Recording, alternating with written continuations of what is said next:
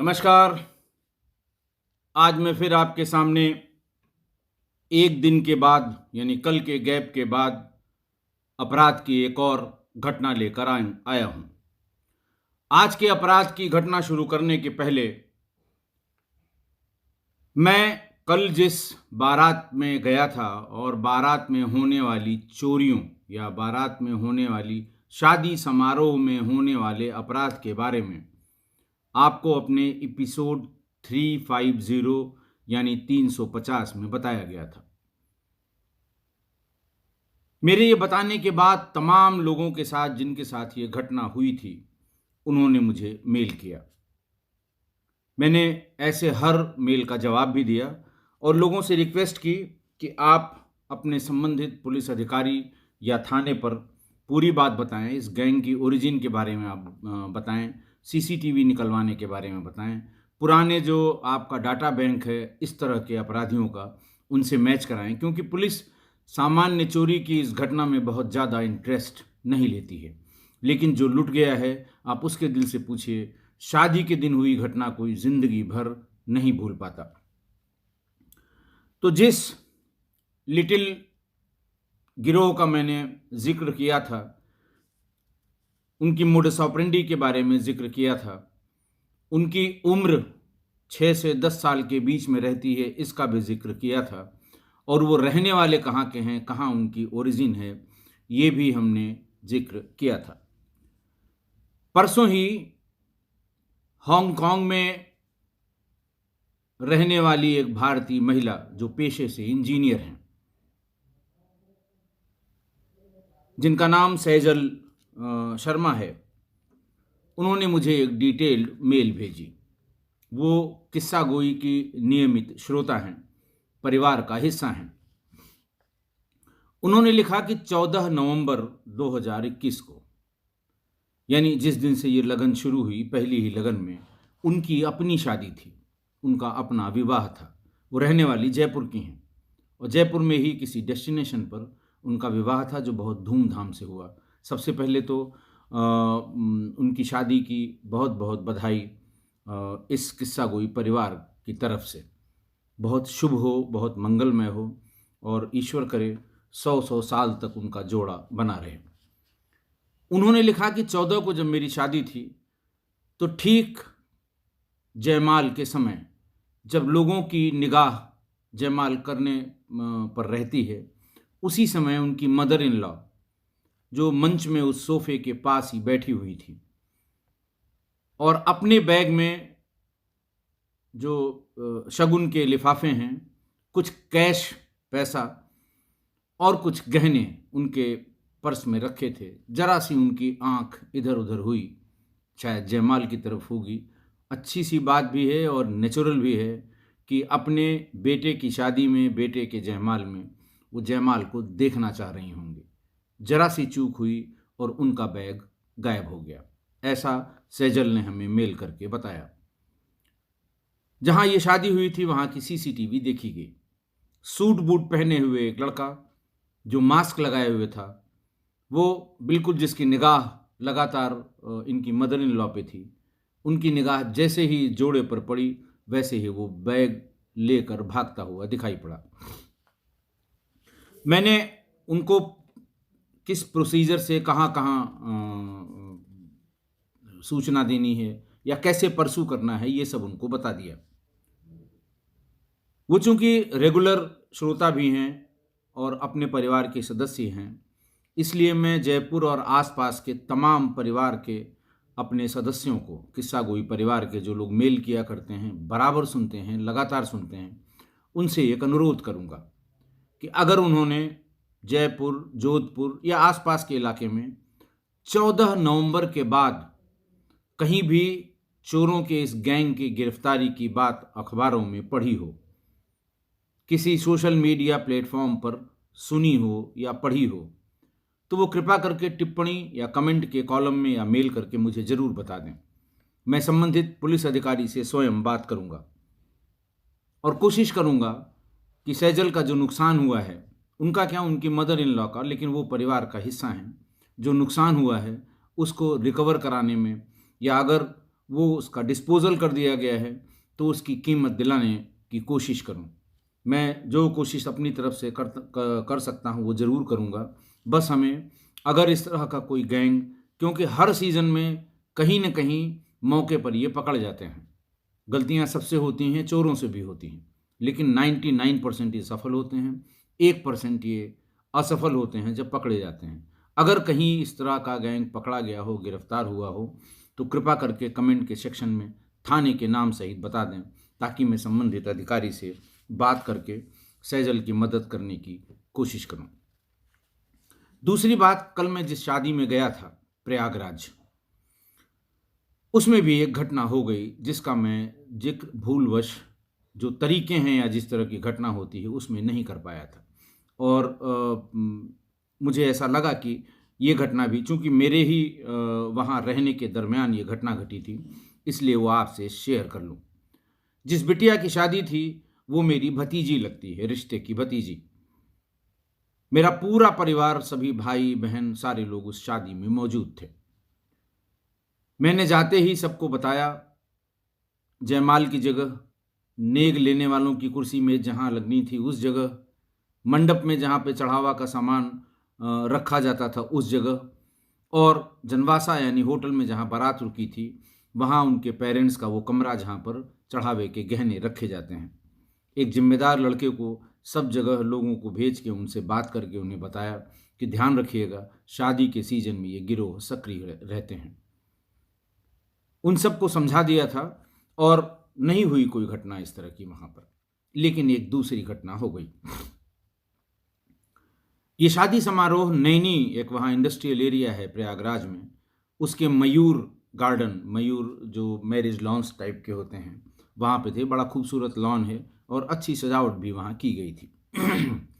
बारात करीब 9:15 बजे अपने होटल जहाँ रोके गए थे वहाँ से विवाह स्थल के लिए चली थी, और आधे घंटे में 9:30 बजे के आसपास वो द्वार जिससे बारात को भीतर आना होता है और जिसके गेट पे लड़की वालों का पूरा परिवार हाथ में माला लिए खड़ा रहता है।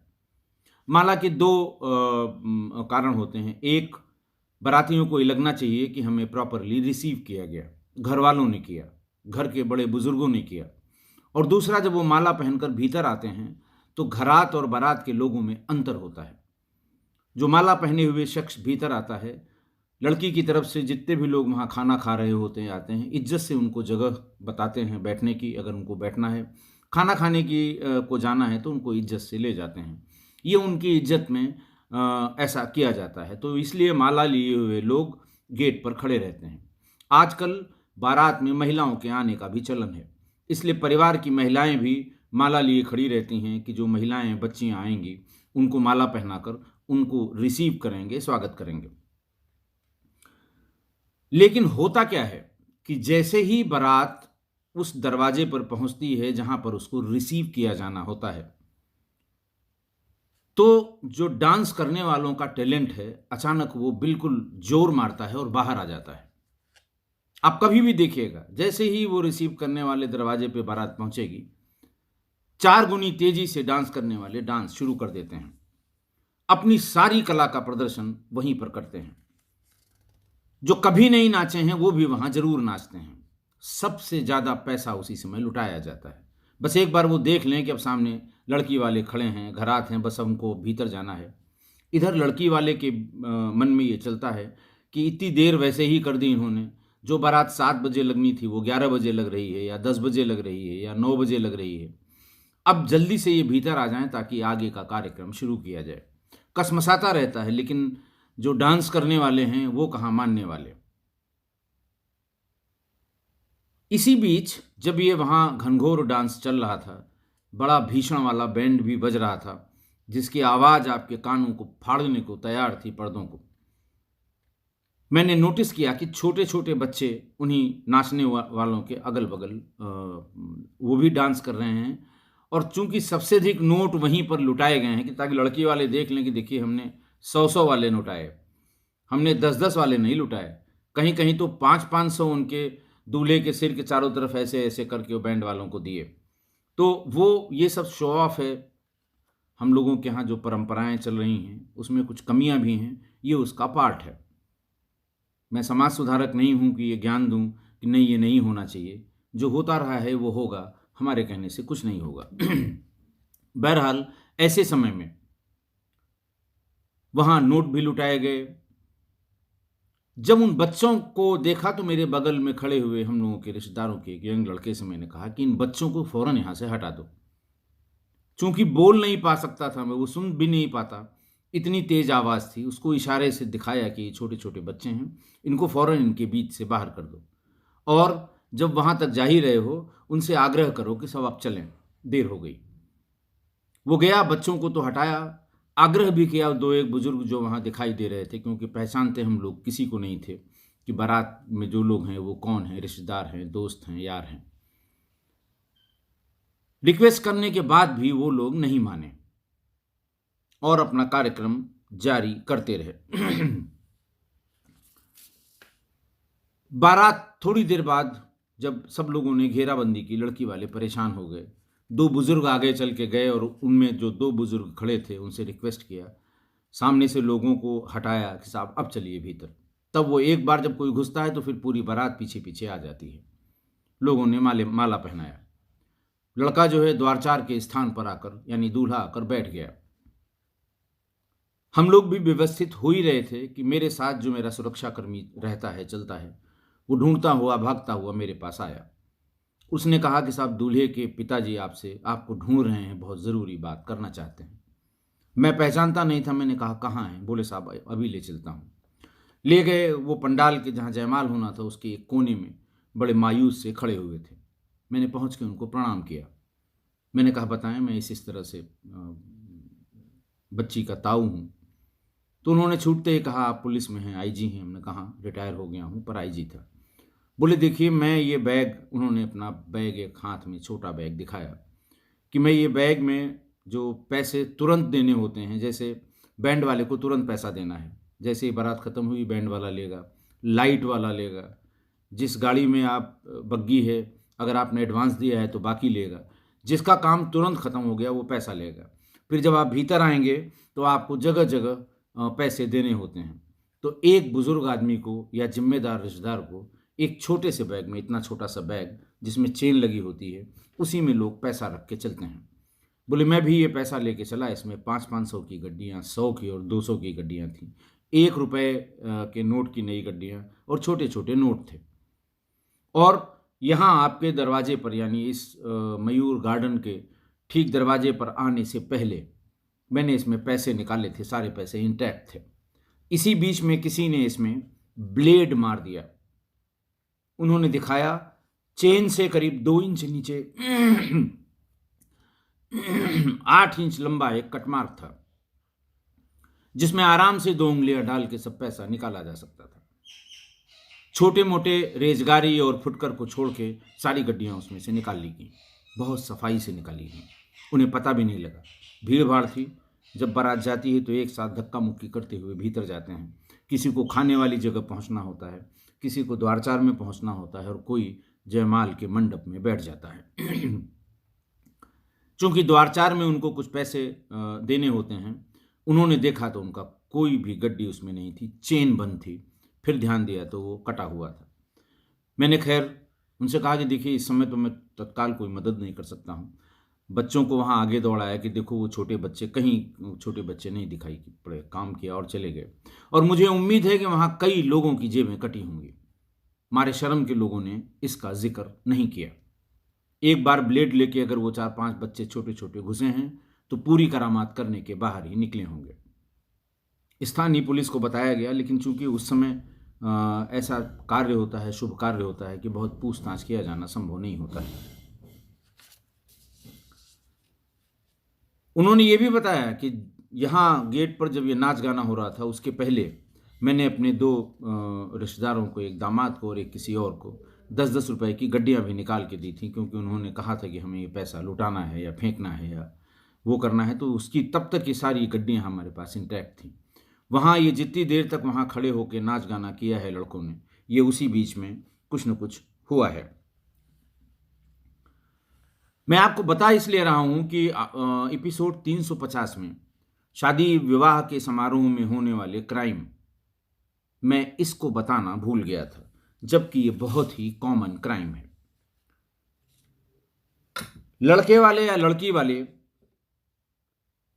घर से किसी एक जिम्मेदार आदमी को इस बैग में ये नए, कभी वो लड़के के फादर भी हो सकते हैं, इधर लड़की के भी फादर हो सकते हैं, हो सकता है चाचा हों, फूफा हों, मामा हों, कि ये सारा वो जिम्मेदार आदमी होते हैं कि उनको ये सारा पैसा एक छोटे से बैग में करके दे दिया जाता है, क्योंकि जगह जगह इसकी ज़रूरत होती है। जब दूल्हे को उसकी सवारी से, कार से या बग्घी से या घोड़े से उतार के साले लोग ले आते हैं, तो सबसे पहले वो कार का जो ड्राइवर है वो ड्रामा करेगा कि साहब हमारा नेक चाहिए।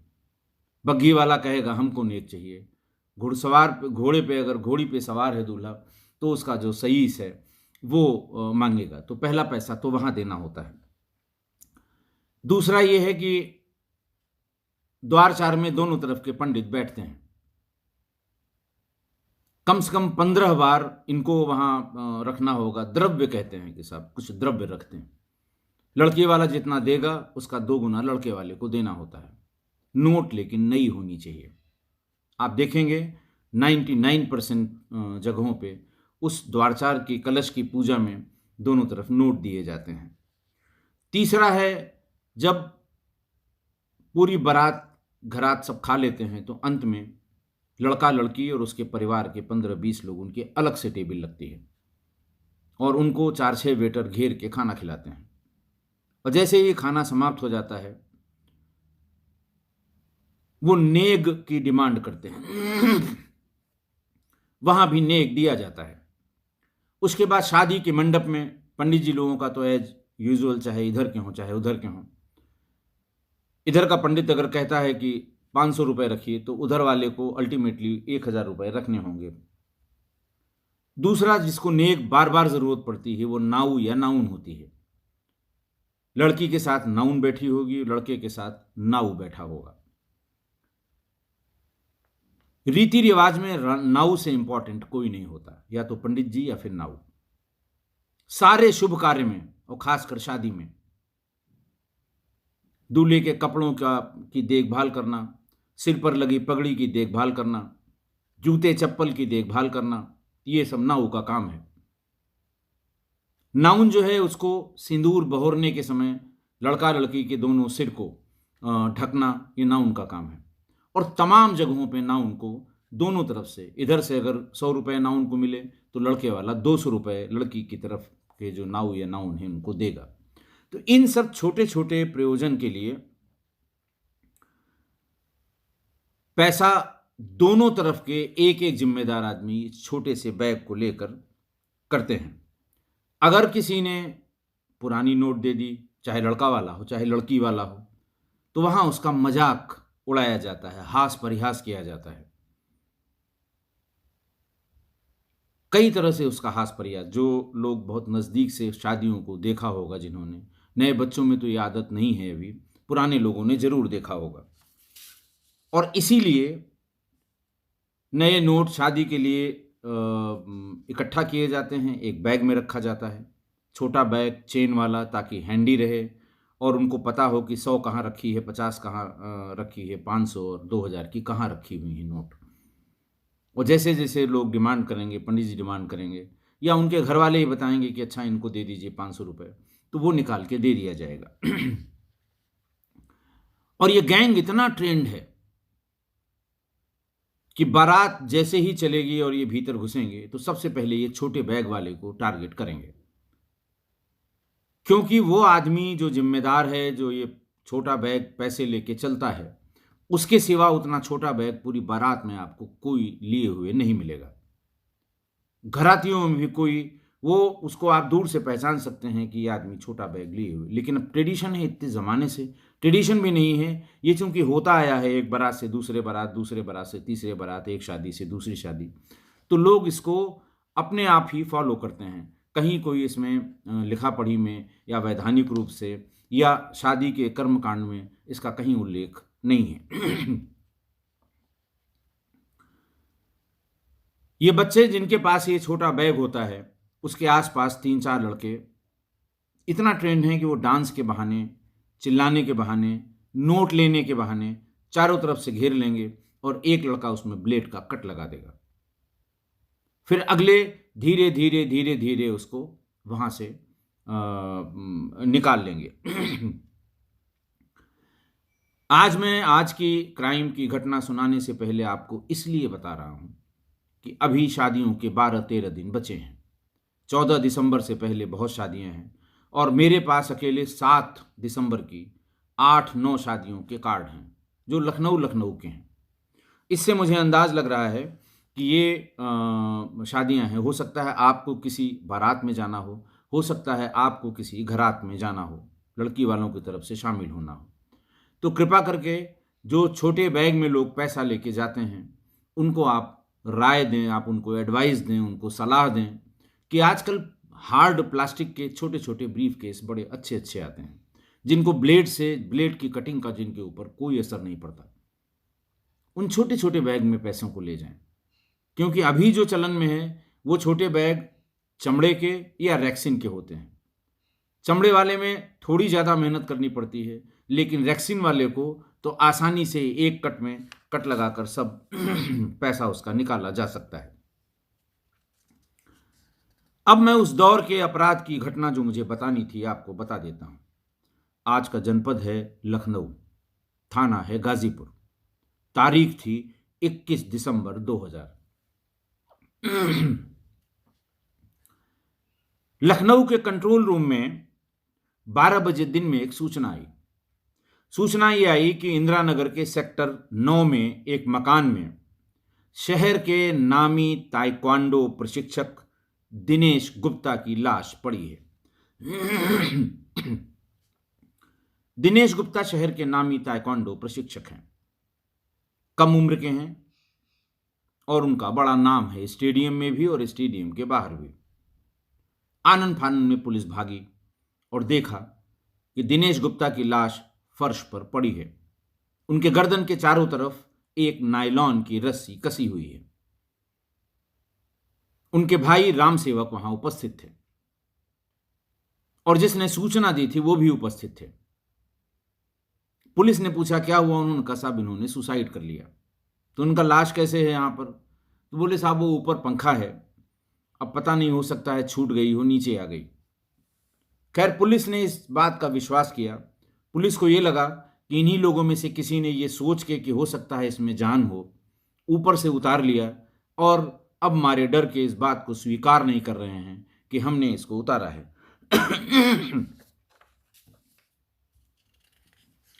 पुलिस ने उसको आत्महत्या माना, पंचायतनामा किया। पंचायतनामा में राय पंचांग लिखी कि मृत्यु संभवतः आत्महत्या के कारण।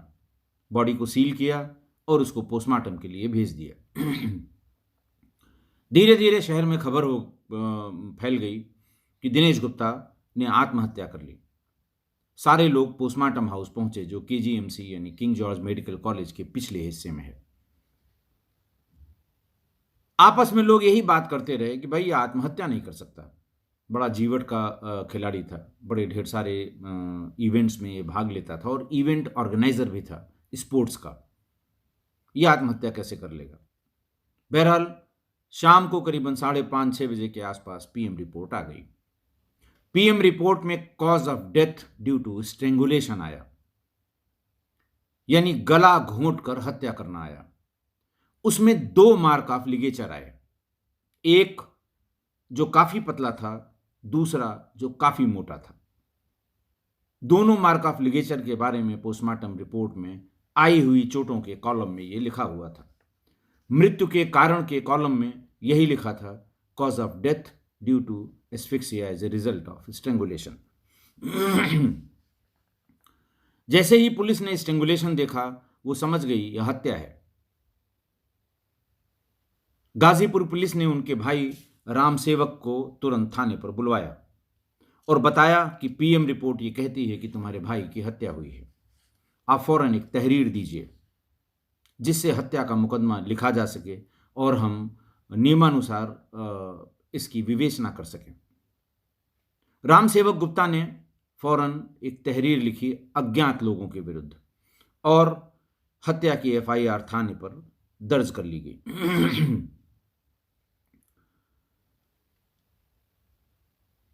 पुलिस ने ये पूछा कि रामसेवक जी आप मौके पर कब पहुंचे और आपको इस घटना की सूचना कैसे मिली, क्योंकि जिन्होंने फोन किया उन्होंने ये बताया कि साहब इन्होंने मुझे मेरे ही फोन से बताया था, मैं ऑफिस में था, कि आप आ जाइए, यहां पर सुसाइड कर लिया है दिनेश ने। तो इसका मतलब जिन्होंने फोन किया वो बाद में आए और आप पहले आ गए थे। आपको किसने बताया या आपको कैसे पता लगा जो आप यहां पर आ गए? तो फिर आपने जो आपने आपके बहनोई हैं उनको भी बुलाया। सामान्य रूप से सीधा साधा और बहुत शांत स्वभाव का आदमी रामसेवक इतने सवालों की बौछार को झेल नहीं पाया और उसने ये बताया कि हाँ आप बिल्कुल सही कह रहे हैं, दिनेश के एक स्टूडेंट ने मुझे फ़ोन किया, मेरे घर में फ़ोन है, लैंडलाइन फ़ोन ही था उस समय, फ़ोन किया और ये बताया कि सारे स्टूडेंट्स उनकी परिवार के सारे मेंबर्स को जानते हैं। तो उसने पूछा भैया बोल रहे हैं? उन्होंने कहा हाँ बोल रहा हूँ। उन्होंने कहा भैया आप फलां फलां पते पर आ जाइए। मैंने कहा कि ये तो हमारे बहनोई का घर है। बोले आप आ जाइए, क्योंकि मैंने दिनेश को, अपने गुरुजी को यहाँ मार दिया है, मैंने उनकी हत्या कर दी है। इतना सुनते ही रामसेवक अपनी स्कूटर से भाग खड़े हुए, मौके पर आए और देखा कि उस लड़की के कपड़े आधे उतरे हुए, आधे बुरी तरह से फटे हुए थे, शरीर पर कई जगह खरोंच के निशान थे। पास ही में दिनेश की लाश पड़ी थी, जिसके गर्दन पर नायलॉन की रस्सी लगी थी।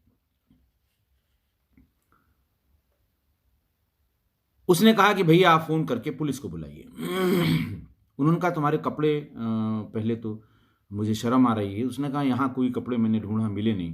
उन्होंने कहा 2 मिनट रुक जाओ, 5 मिनट घर पहुंचने में लगेगा, मैं पहले तुम्हारे लिए कपड़ा ले आऊं।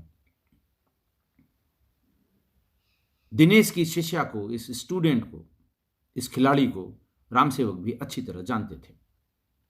वो भाग के घर गए और वहाँ टूर्नामेंट जब कराए जाते हैं तो उसके ऑर्गेनाइजर्स हमेशा जो खिलाड़ी हैं या उनके जो कोच हैं उनको एक ट्रैक सूट दिया करते हैं। घर में रखे हुए उन नए ट्रैक सूट्स में एक सूट रामसेवक ले आए। उस खिलाड़ी को कहा आप इसको पहन लो। उसने कहा ठीक है, पहन के आ गई वो। उसने कहा अब पुलिस को बुलाइए, मैं सारी बात पुलिस को बताना चाहती हूं। तो रामसेवक ने कहा कि देखो तुम घर जाओ, क्योंकि तुम पुलिस को अगर बताओगी तो एक तो परिवार की बदनामी बहुत होगी, दूसरा पूरे शहर के जो बच्चियों के पेरेंट्स हैं वो ताइक्वांडो या जूडो कराटे के लिए अपने बच्चों को स्टेडियम भेजना बंद कर देंगे, इतनी बदनामी होगी। तुम जाओ, मैं पुलिस को बुला लूँगा और मैं यही बताऊँगा कि आत्महत्या है। पुलिस बहुत जोर करेगी तो मैं कह दूँगा कि बॉडी मैंने ही उतारी है। फिर वहीं से उन्होंने अपने उस रिश्तेदार को, जो रिश्ते में बहनोई लगते थे, उनको फ़ोन किया और फ़ोन करके ये बताया कि आप फ़ौरन चले आइए, दिनेश ने आपके घर में आत्महत्या की है, आपकी घर की चाबी उसके पास थी।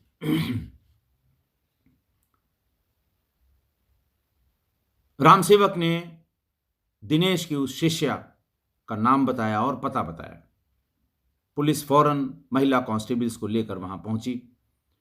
चिन्हट इलाके के आदर्श नगर कंचनपुर कॉलोनी में श्री राम कृपाल सिंह की पुत्री कुमारी ममता, जिसकी उम्र 16 वर्ष थी, पुलिस थाने पर लाई गई। बिना किसी जोर दबाव के उसने पूरी बात सच्ची सच्ची बताई। उसने बताया कि मैं वर्ष 1997 से, ये मेरे कोच हैं, मेरे गुरु हैं, और 97 से मैं इनसे ताइक्वांडो सीख रही हूं और इनकी सिखलाई और इनके निर्देशन और इनके आशीर्वाद से 99 में मैं नेशनल टीम में सेलेक्ट हुई। उसके बाद से मुझे कई इंटरनेशनल टूर्नामेंट्स में इंडिया की तरफ से भाग लेने का मौका मिला और मैं इंटरनेशनल चैंपियंस ट्रॉफी भी इस इवेंट की मैं जहाँ जहाँ गई कईयों में मैं चैंपियन ट्रॉफी भी लेकर आई। उसने बताया कि पिछले कुछ दिनों से गुरुजी की कुछ अजीबो गरीब हरकतें थी, लेकिन मैं ये कभी नहीं सोच पाई कि पिछले 3 सालों से जिसको मैं गुरु मानती हूं और सुबह शाम उसका पैर छूती हूं, उसके मन में क्या है। घटना वाले दिन उसने जब स्टेडियम में सुबह का सेशन पूरा कर लिया तो दिनेश ने ममता मेहरा से यह कहा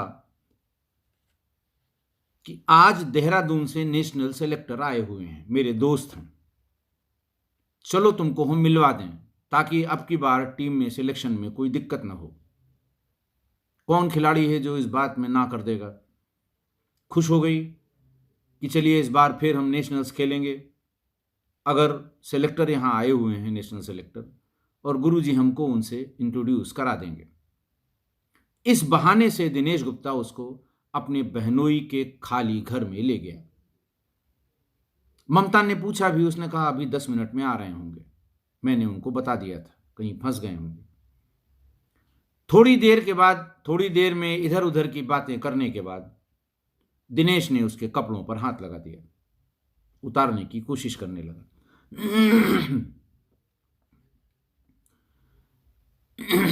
ममता का कहना था कि तब मुझे अंदाज लग गया कि इनके मन में क्या चल रहा है। मैंने उनको समझाया कि देखिए आप मेरे गुरु हैं, इतने दिनों से मैं आपके पैर छूती आई हूं और आपका आशीर्वाद लेती रही हूं,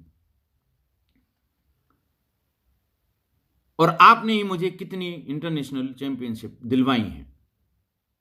आप ये गलत कर रहे हैं, ये आपको शोभा नहीं देता। लेकिन दिनेश चूंकि प्रशिक्षक था, ताइक्वांडो का ही प्रशिक्षक था, उसने ममता मेहरा के साथ जबरदस्ती शुरू कर दी। ममता बताती है कि उसके बाद अपने गुरु यानी दिनेश की ही सिखाई हुए दांव से, जिसमें हम लोगों को एक चैप्टर बताया जाता है कि अगर सामने वाले ने गर्दन में कुछ पहन रखा है तो उसको कैसे खींच के दाहिने हाथ के घुटने का प्रयोग करके जमीन पर गिराया जा सकता है। वो अपने दांव लगा रहे थे कि मुझे जमीन पर गिरा लें। इसी बीच उनके गर्दन की एक ताबीज की डोरी मेरे हाथ में आ गई। मैंने फौरन गुरु के सिखाए उस दांव से इनको जमीन पर गिरा लिया। उसी ताबीज की डोरी से उनका गला कस दिया। थोड़ी देर में हमारे गुरु बेहोश हो गए। आसपास नजर दौड़ाई, एक नायलॉन की रस्सी दिखाई पड़ गई, लेकिन दिनेश ने मुझको खींचने, खसोटने, गिराने, दांव आजमाने के चक्कर में कई जगह मेरे कपड़े बुरी तरह से फट गए, क्षतिग्रस्त हो गए, और शरीर पर कई जगह खरोंच के निशान आ गए। मारने के बाद मैंने उनके बहनोई के यहाँ लगे हुए लैंडलाइन फोन से घर पे फोन किया। राम सेवक जी ने यानी उनके भाई ने फोन उठाया। मैंने उनको पूरी बात कही और ये कहा कि आप आ जाएं तब मैं पुलिस को बुलाऊं। मैंने यहाँ कपड़े की तलाश की, मुझे मेरे नाप का कोई कपड़ा यहाँ मिल नहीं रहा है, वरना मैं आपको नहीं बताती, कंट्रोल रूम को फोन करके पुलिस को बुला लेती। मारे डर के राम सेवक जी भाग के गए। कपड़ों में, उन फटे कपड़ों में देख के उनको बहुत शर्म आई। वो दौड़ के एक और ट्रैक सूट ले आए। फिर उन्होंने इससे कहा कि नहीं, तुम पुलिस को मत इन्फॉर्म करो, न बुलाओ, मैं कह रहा हूं तुम जाओ। पुलिस अगर तुम्हारे ऊपर कोई आरोप लगाएगी मैं उसका जवाब दूंगा, लेकिन तुम चली जाओ। राम सेवक ने यही किया।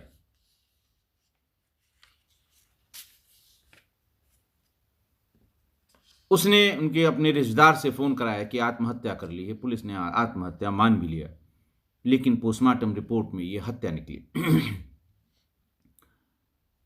ममता जौहरी की स्वीकारोक्ति के बाद ममता जौहरी को गिरफ्तार कर लिया गया, क्योंकि एक हत्या हुई थी, नामी गिरामी कोच की हत्या हुई थी।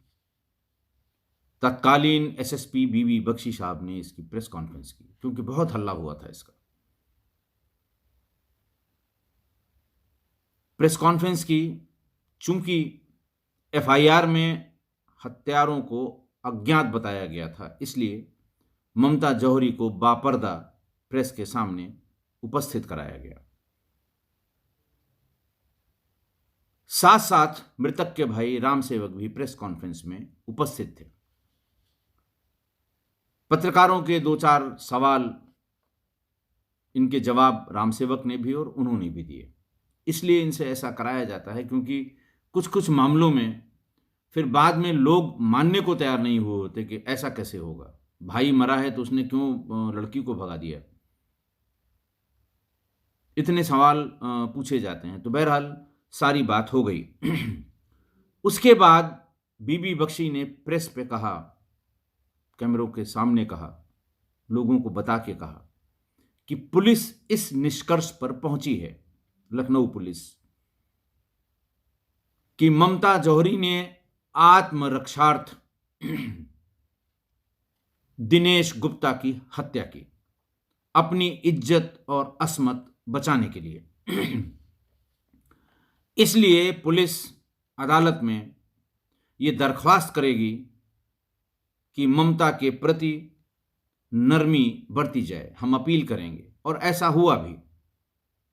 ममता को अरेस्ट करने के बाद मजिस्ट्रेट के सामने प्रस्तुत करते समय इंस्पेक्टर गाजीपुर ने एक प्रार्थना पत्र दिया कि तमामी विवेचना से हम इस निष्कर्ष पर पहुंचते हैं कि ममता ने अपनी इज्जत बचाने के लिए जो उसके ऊपर हमला हुआ था, पूरी तरह से आत्मरक्षा में अपने उस ज्ञान का प्रयोग किया जो उनके गुरु द्वारा दिया गया था। इसमें उसकी कोई बदनीयती नहीं है, इसका कोई क्रिमिनल रिकॉर्ड नहीं है, ये इंटरनेशनल प्लेयर है, लिहाजा इसके साथ नरमी बरती जाए। अदालतों की जो कानूनी दांव पेच होते हैं, जो उसमें कागज का पेट भरने वाली बात होती है, उसको पूरा करके अदालत ने भी यही निर्णय दिया कि इसको बाइज्जत बरी किया जाए। किया जरूर इसने हत्या है, लेकिन जो सर्कमस्टांशियल एविडेंसेस हैं, जो लोगों के बयानात हैं, उससे यही लगता है कि इसने अपनी इज्जत बचाने के लिए ऐसा किया। आज की घटना,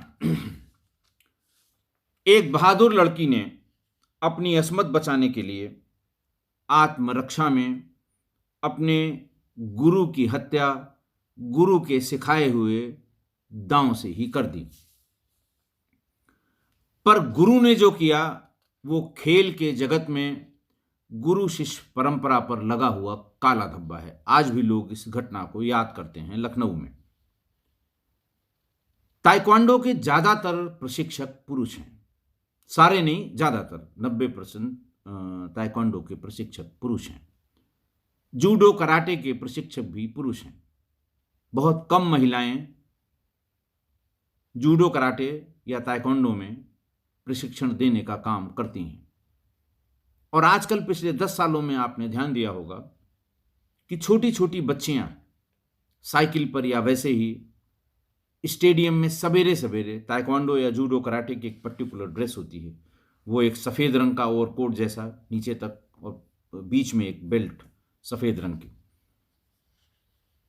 ये बच्चियां आपको जाती हुई मिलें, क्योंकि पेरेंट्स ने, पहले ये नहीं था, लड़कियों को इस तरह खेलने कूदने के लिए या जूडो कराटे ताइक्वांडो में प्रशिक्षित करने के लिए कोई अपनी बच्चियों को नहीं भेजता था। लेकिन अब महिला सशक्तिकरण के इस दौर में पेरेंट्स भी जागरूक हुए हैं।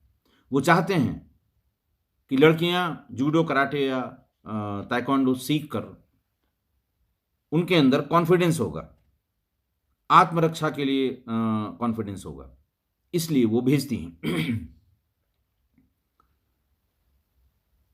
राम सेवक ने ममता को इसलिए जाने को कहा कि उसका ये कहना था कि पिछले दिनों में 2 ऐसी शिकायतें और दिनेश के बारे में उसके संज्ञान में आई थी, लेकिन लोकलाज, इज्जत और डर की वजह से उन्होंने अपने घर में इस घटना का जिक्र नहीं किया और शायद इसीलिए दिनेश का मन और बढ़ गया। और इसीलिए राम सेवक को जरा सा भी शंका नहीं हुई कि ममता जो कह रही है वह सच नहीं है। तो पेरेंट्स बेशक बच्चियों को आत्मनिर्भर बनाने के लिए जो सोच रहे हैं वो बिल्कुल सही सोच रहे हैं, उनकी सोच में कोई कमी नहीं है। छोटी छोटी बच्चियों को वो भेज रहे हैं रोज सवेरे स्टेडियम या बड़े पार्क में जहां वो ताइक्वांडो और जूडो कराटे की ट्रेनिंग करती हैं, पर उन पर निगाह जरूर रखें। सब प्रशिक्षक ऐसे नहीं होते। प्रशिक्षक बहुत जिम्मेदार और बहुत ही रिस्पेक्टेड लोग होते हैं। वो लड़कों को प्रशिक्षण दें या लड़कियों को, ज़्यादातर मामलों में। लेकिन 100 में से एक आदमी जैसा दिनेश था, ये कोई भी हो सकता है। इसलिए बच्चियों से प्रैक्टिस या अभ्यास से आने के बाद माँ खासकर छोटे मोटे सवाल ज़रूर पूछ लें ताकि उसको अंदाज लग जाए। वो बैड टच और गुड टच जो आजकल पिछले 5 सालों में स्कूलों में लड़कियों को स्पेशल क्लास से बताया जाता है या वीडियो बहुत उपलब्ध हैं गूगल पे, उसके बारे में ज़रूर पूछें। अगर आपका ध्यान हटेगा, आप इस तरह की बात जानने की कोशिश भी नहीं करेंगी और जरा सी भी चूक आपसे हो गई तो वही होगा जो आज की घटना में हुआ था। आशा है आप मेरी इस बात से सहमत होंगे। आज के लिए बस इतना ही। बहुत बहुत धन्यवाद।